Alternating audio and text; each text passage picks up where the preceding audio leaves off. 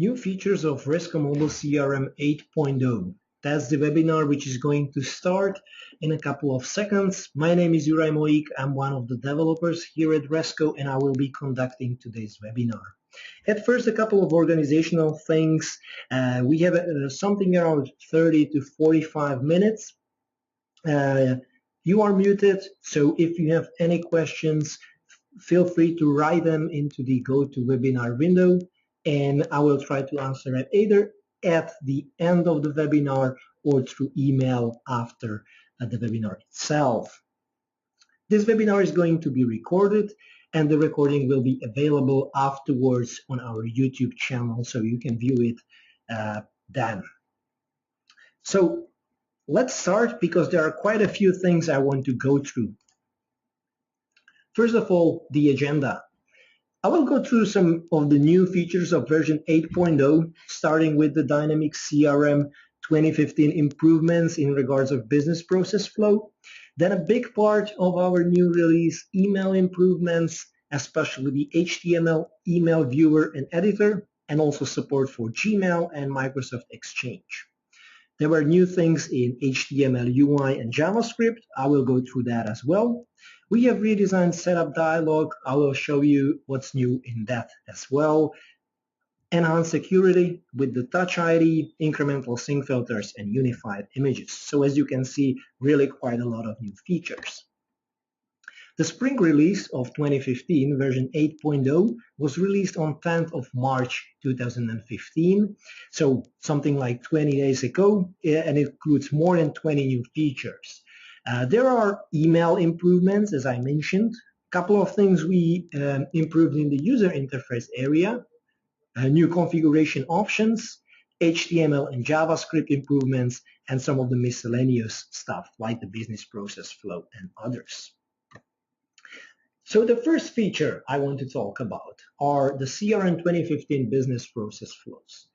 At first, if you are not familiar with business process flow, let me go quickly through that. It was added in Microsoft Dynamics CRM 2013 as a way to model a real business process. So instead of going through the data-oriented UI where you are just viewing data for one particular entity, entering the data, and so on, this process can span multiple records. So it can start with a lead and end up with an opportunity. So it can go through multiple entities. As you can see on the screenshot on the right, there are some additional fields for a process, and it basically guides the user through some business scenario. This was already supported with Resco Mobile CRM, and if you would like to check out the setup of this feature, I would recommend you to check one of the webinars which we have recorded previously. In Dynamics CRM 2015, the business process flows were improved, and what they added was branching. So depending on some conditions, a business process flow can go one way or the other. So for example, if there's the estimated revenue on an opportunity more than 1 million, it can go a completely different way than the other opportunities. This meant for us that we had to take that condition language, which contains some ifs, else's, and other conditions, and create some mapping, XML mapping for that in order to support this branching. So right now, with version 8.0, we support business process flow of 2015. One note on this is that if you have been using 2015, you might have noticed that the business process flow weren't supported even if you haven't been using branching. That's now supported, so prior to version 8.0, the business process flow on Dynamics CRM 2015 wasn't supported, and right now it is. Actually, the setup in Woodford is very simple. You just enable that business process flow, enable the corresponding fields, and it will just work in the mobile application. So as I mentioned, just check the previous webinar for the details. So let's get to the main part of today's presentation, and it's about the email. This follows the idea of Resco Mobile CRM going from mere tool for viewing dynamic CRM data to a real business tool for the mobile workforce. So we've improved the email editor. Right now it supports HTML, meaning that the email will be rendered as an HTML with all the images, all the tables, all the fonts as defined in the email. We also support email attachments, and the email is safe, meaning that all the external content, everything going from some external web pages is not loaded by default, and you can load it, or the user can load it by pressing a button. However, such an editor wouldn't be much of a use if it cannot be connected to meaningful email sources. So we have Gmail and Microsoft Exchange support as well. The Gmail offers all the basic functionality, things like making an email read or unread, replying to all, forwarding, and so on. The labels in Gmail are coming soon, as you can see on the screen. For Microsoft Exchange, we support everything from the 27 Service Pack 1 upwards, but I would recommend using one of the newer versions because the 27 is very slow. In fact, it has to go through the whole inbox, so if the user has a lot of emails, the synchronization process will take quite some time. Okay, so let's go for a first demo, and I will show you how to set it all up in Woodford, then in the mobile application, and we'll also explore the email editor features. Okay, so let's start with Woodford tool. And the first thing I'll do, as always, I'll start with a new project, webinar for system administrator.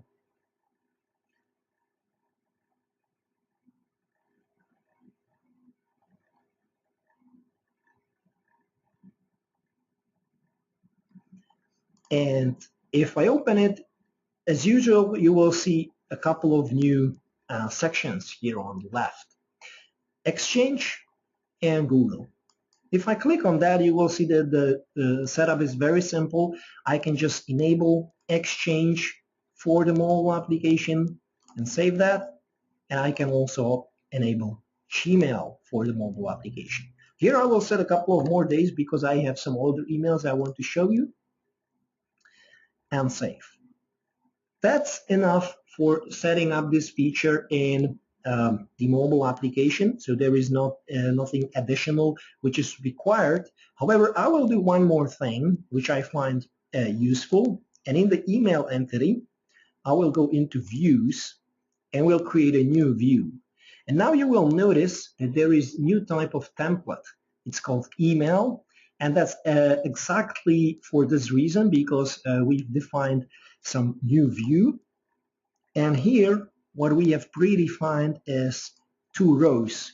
One row for the read emails and one for the unread. As you can see, there is a little image on the bottom. Actually, this will mark the email with a little blue part, and also the subject is made bold for the unread emails. All right, so that's all I wanted to do for the mobile application. I'm sorry, for the Woodford. So now let's switch to the mobile application.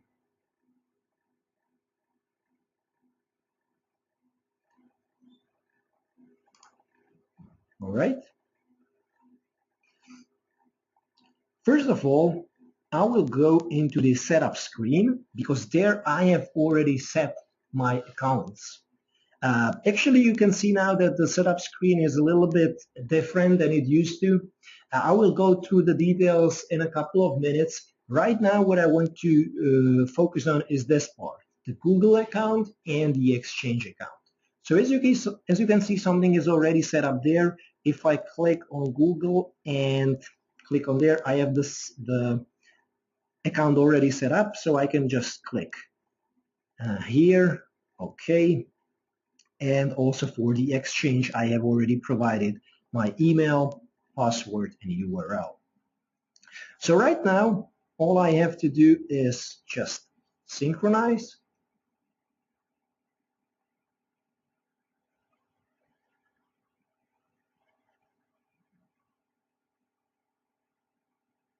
All right, and now you can see that it's getting some emails from Exchange and now also from the Gmail.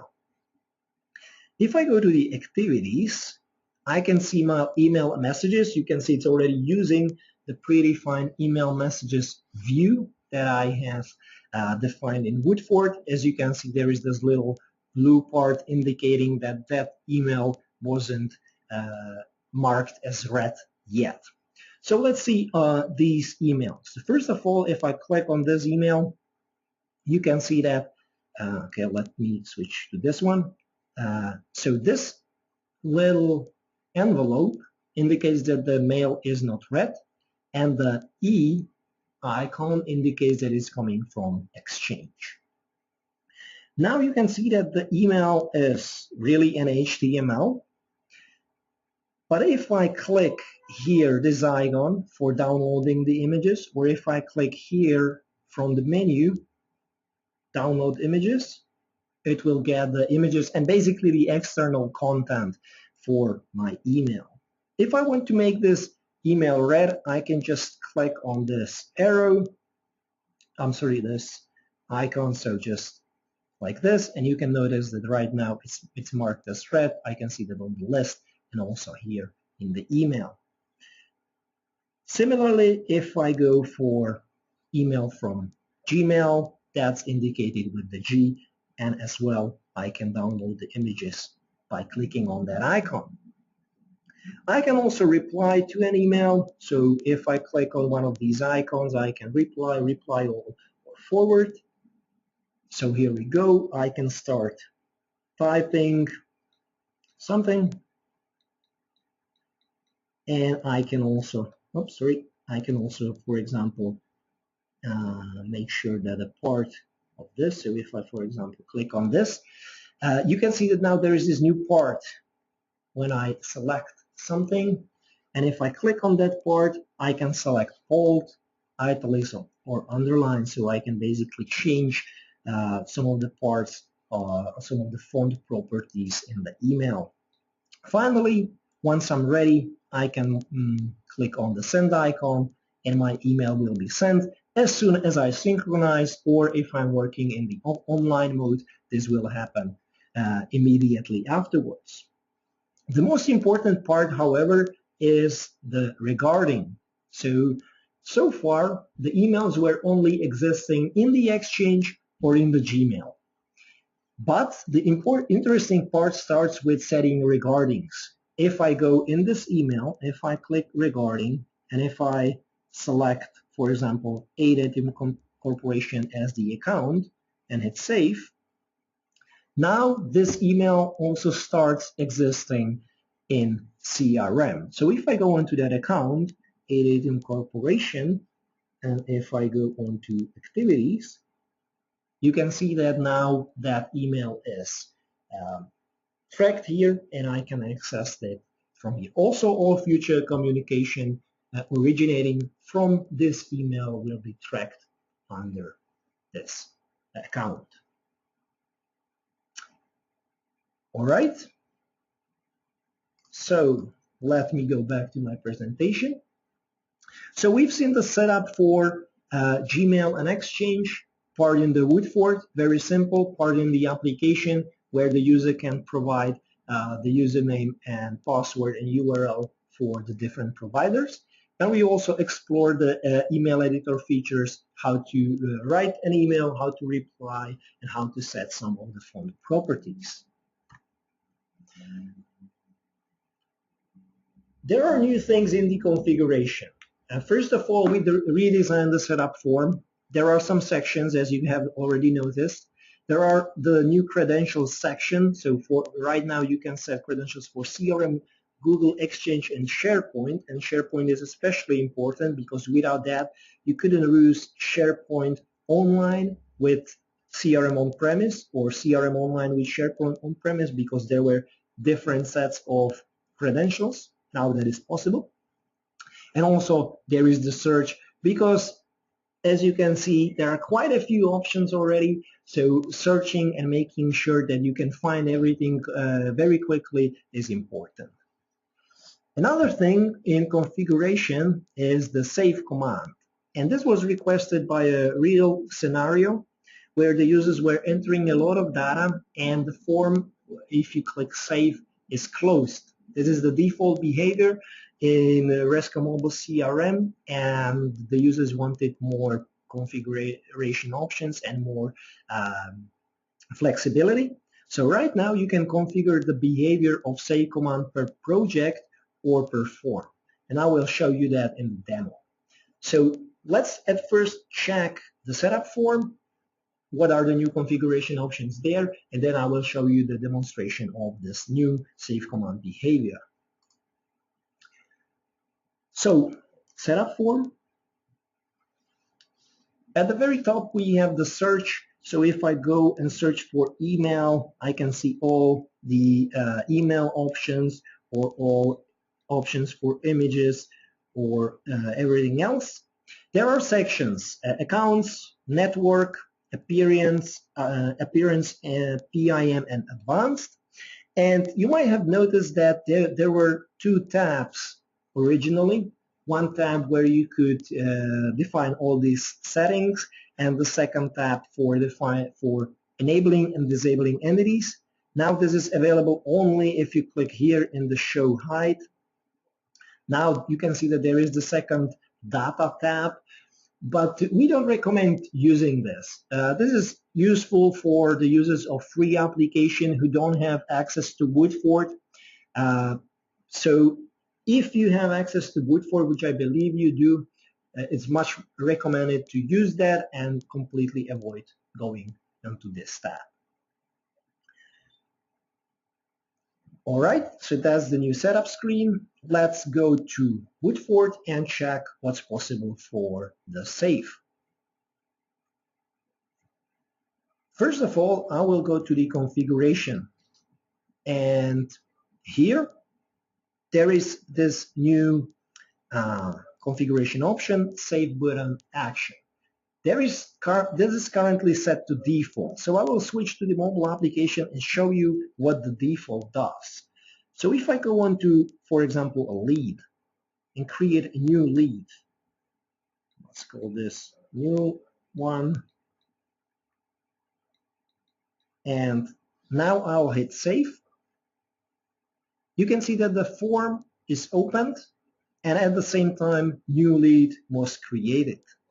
However, if I go to an existing lead, go into the last name and delete this sample part and save, you can see that the lead was modified, but the form was closed. So this is the default behavior, and sometimes this might not be what you are looking for, especially when you are entering a lot of data into existing forms, and you would like to be sure that you have the saved data. Imagine you might have like 100 fields on a form, and then you have filled in 99 of that fields and didn't save. You probably want to save, but this will close the form, so it might not be that convenient. So if you want to have more control over this behavior, you can go to Woodford. So now we can check what save button action save only does. Obviously, or as the name suggests, this will mean that whatever I do, the form will be still opened, and I will just be just saving the data. So let's synchronize.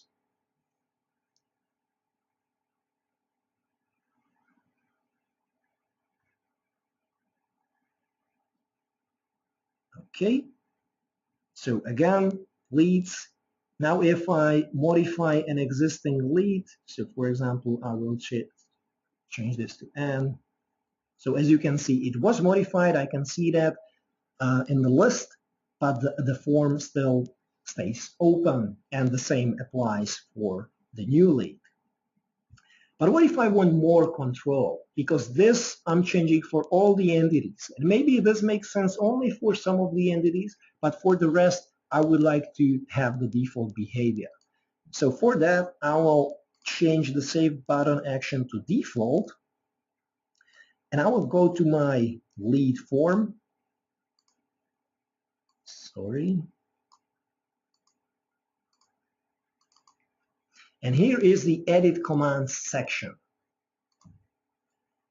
Here I can define an onExecute script. This actually defines which of the commands will be available under which condition. So I will click on that. Now it wants to create a new command, but I don't want to do that. And I will start by adding a condition. And here I will define that a command's name equals save. I will make sure that this command is enabled. And I will add one if, that if the command's name is save close, I will make sure that that command is not enabled. So what I'm doing here, actually this script or rule goes through all the commands and check if that command's name equals save, then it will make it enabled. But if it's save close, it will make it not enabled, so the user won't be able to see it at all.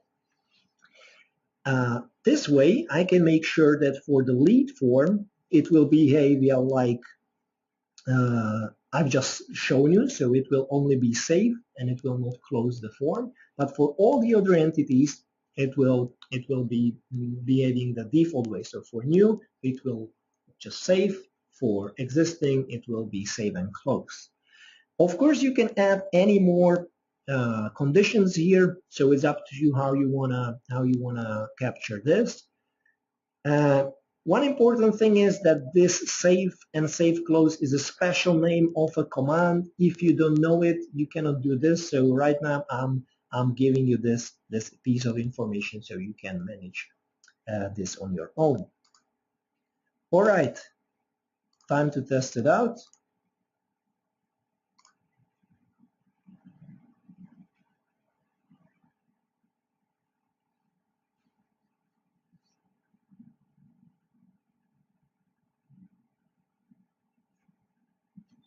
So leads, let's start with creating a new lead, new to. Yes, it stays open. If I modify an existing one, stays open as well. If I go to opportunities, modify existing one, no, sorry.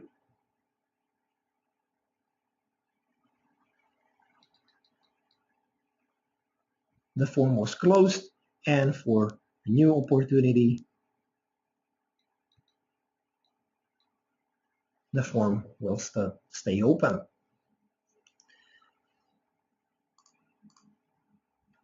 So setup form and save command. Another big portion of the improvements in version 8.0 was about HTML and JavaScript. And I will show you two of the improvements. The first is UI replacement. In our application, we've seen a big demand for a way to really customize the UI and sometimes even replace it completely. So what we are adding in version 8.0 is the option to replace the home form. So only the home form of the application, and I will show you an example of that in a sec. But also a way to replace the UI of the whole application, as you can see on the screenshot on the screen. This was actually available in version 7.4 as well, but there were some glitches or some things that needed improvement. So right now it's fully featured and fully functional. And if you would like to know more about this feature, I recommend you checking out the offline HTML webinar available on our YouTube. However, this whole UI replacement can be easily configured through Woodford, and it uses the data layer for online and offline and synchronization. So all this can be utilized, but the UI can be completely yours. And this can be very useful for mobile applications, for customers, or for some external users. The second example for today will be about creating detail items via JavaScript. What this means is that if you go in Resco Mobile CRM on a form, there are usually tabs with fields, name, address, and so on and so on. Right now, you are able to create these items out of JavaScript dynamically. This adds a lot of flexibility and a lot of options for us as a way how to support the survey, questionnaire, inspection kind of scenario, which are usually quite dynamic, and we would like to support this more in the future. So this opens the way for this functionality. I think it might be clear with an example, so I will start and show you both at first the UI replacement of the home form and then the detail view items. So let's start with Woodford, and I will go into the offline HTML section and I will import a package that I have prepared. As usual, this package will be made available to you via email after the webinar, or if you are watching this on YouTube, this will be available in the description. So here are a couple of files. I don't want to go into too much detail. You will see that once you explore that package. But I will at first add the home replacement. For that, I will add an iframe. And this is important. I have to call it exactly like this, home replacement. Then for the URL, I will browse the test HTML from my offline HTML archive. And this is basically it. I'll just put it on top for convenience and save. And what this will do, this will replace the home form with the test HTML. You will see it in action in a sec. But I will also set up my second example. I will go on to the account form, the edit form, and I will add one detail. I will call this one detail. And here you can see that the general tab has fields like account name, email, and so on. But this detail tab doesn't have any items. This is important, so just remember this one. I will also add an iframe. Let's call it items HTML. I will deactivate the delay load, meaning that my iframe will be loaded immediately when I open the form. And I will go into my offline HTML section and select detail items HTML. All right, my Woodford setup is ready, so I'll just publish and perform synchronization.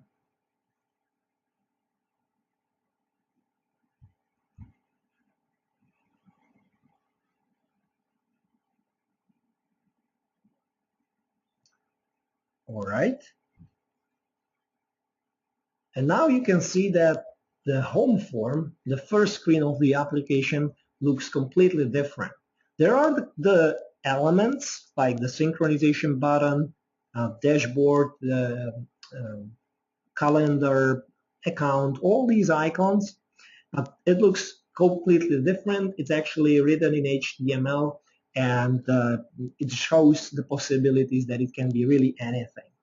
Here we have the functionality that if I slide this into the center of the circle, it will open that particular item. So if you will explore that example, you will see that you can open any of the home items from the HTML. So you can tailor the home form experience, but you can then continue with the native Resco UI, which is actually useful because I want to find out what we did on the accounts. So as you recall, we've modified the form. So here we have the detail tab. But if I explore that one, you can see that now it has items. So recall, it didn't have any items in Woodford, but now there are many. How is that? The reason for this is that in the HTML which I have provided, items were added in the JavaScript. So some text items, numeric items, and so on. And these are fully functional items, so I can even select the date.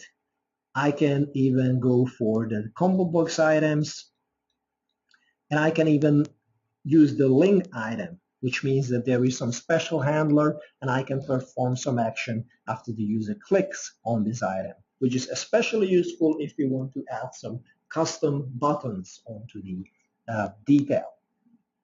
What's more, if I click on the items HTML and click a couple of these buttons, you can see that some new elements were added on the top.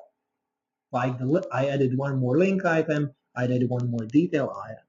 Let's add, for example, numeric item or one more time item. So as you can see, you can from JavaScript dynamically create detail items on one of the tabs. And this doesn't have to be an empty tab which you start with. You can even utilize the one you have created in Woodford and insert some of the items from JavaScript. This is very useful if you want to, as I mentioned, use this in some scenarios like surveys or questionnaires where this really opens the potential.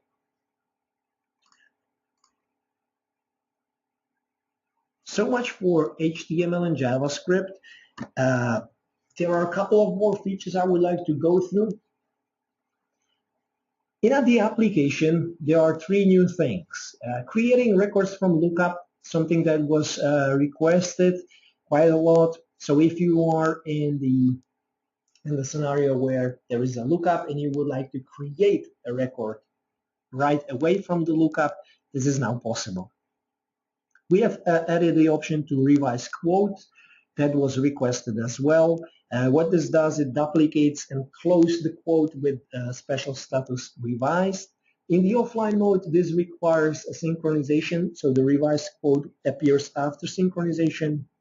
In the online mode, this happens immediately.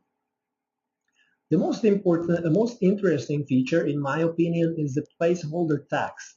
And you can see it here, the gray text next to the items. It's actually something which was requested as well. People were asking, are there any tooltips? Are there any way, how can I indicate to the user what kind of value is there to be provided and so on? And this is our answer called placeholder text. You can configure this in Woodford, the static way, in localization, or using a rule. So let's take a look on that. Okay, let's start with Woodford. So if I go on to my favorite lead form, we have here, for example, the email. So for that, I will go into the localizations. Open the localization which I have here. Open the lead entity. And here I can see all the strings for lead entity. And here is the email address. It's the ID for that is lead.emailaddress1. So I'll add a new string. I will call it lead email address 1.empty. And this indicates that I'm setting the placeholder text. So here I can write something like someone at example.com. You can see now it's added here. So if I save and publish, go to the mobile application and perform synchronization.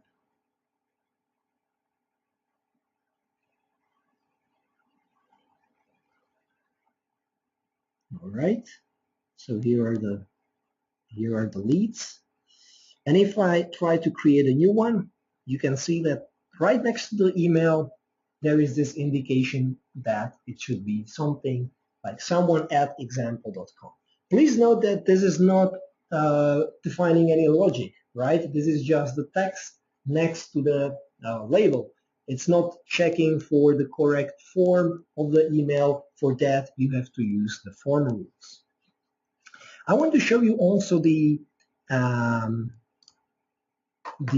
more dynamic form. So if I go onto the lead form and would like the placeholder text to react on what's written, I can go on to the on change. And I can start by adding a condition that if the street line does not contain data, or if the street line 2 does not contain data, or if the street line 3 does not contain data. So if any of these streets aren't filled in, then I will add a placeholder text. So on the form, address line 1, placeholder text, fill in street. I will do this for all the 3 items. So on the form, address line 2, placeholder text, and one more.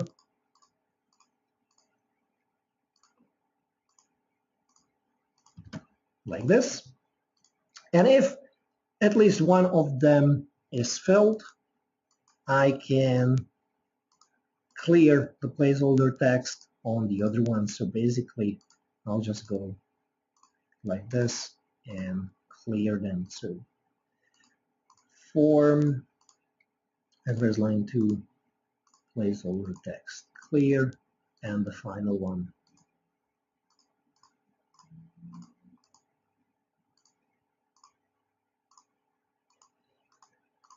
All right.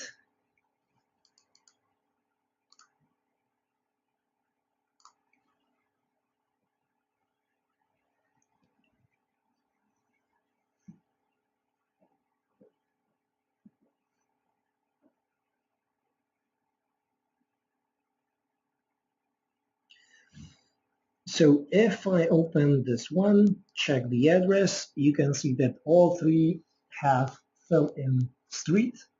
But as soon as I start writing into at least one of those, the other ones will disappear. Again, this is no logic, no checking of the correct form of the street or something. It's just a placeholder text that should guide the user.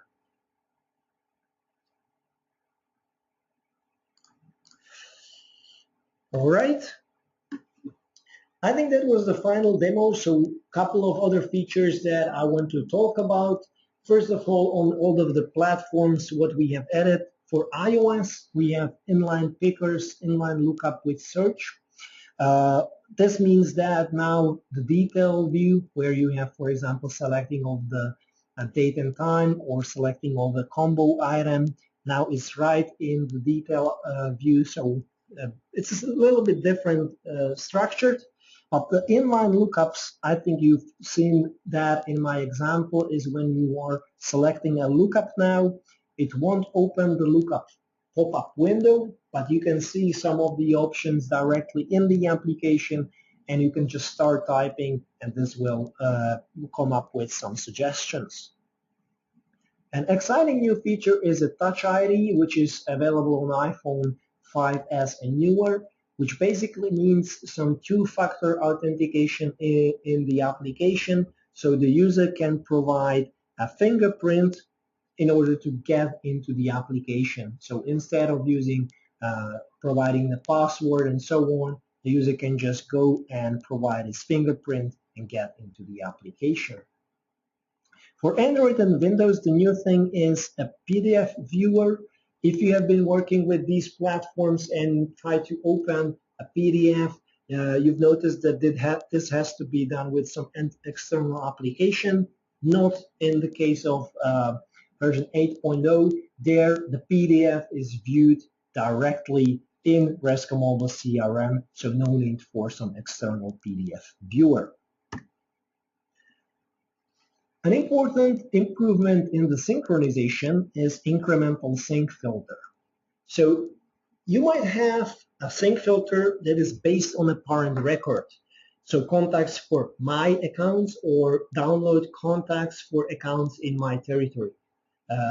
let's step for a moment into this example, contacts for accounts in my territory.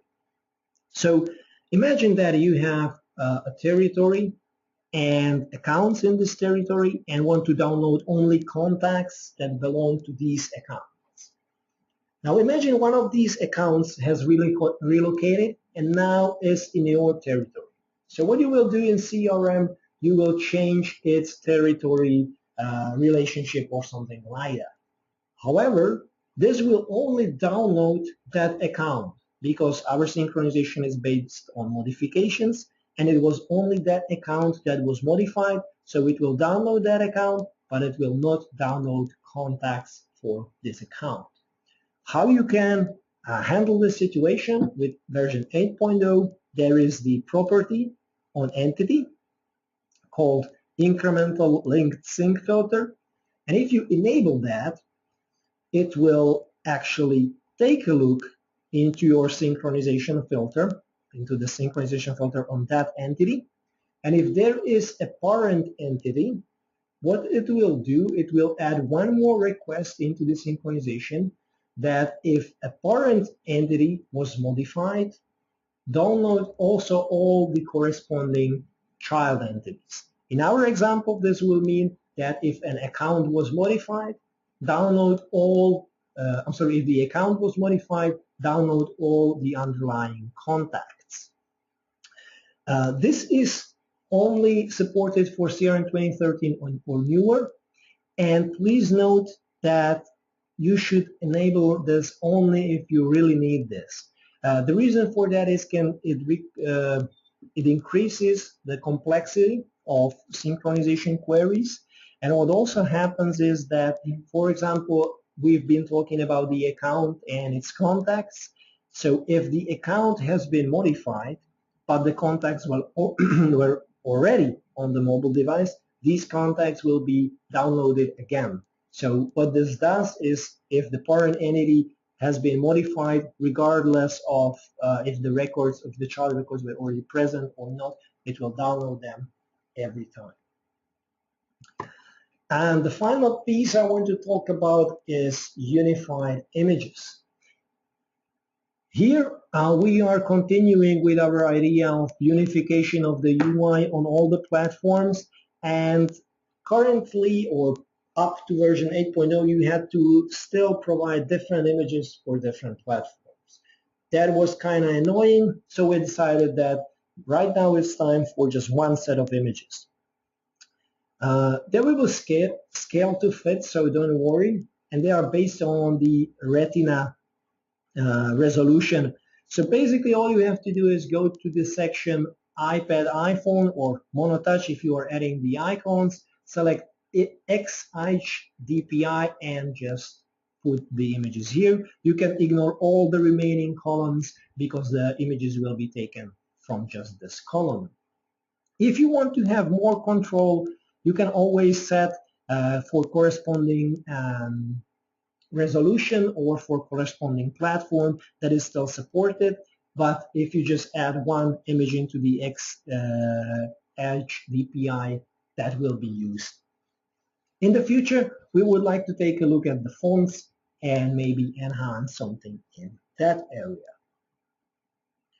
So these were all the features I wanted to go through, but there are still two things I have on my mind.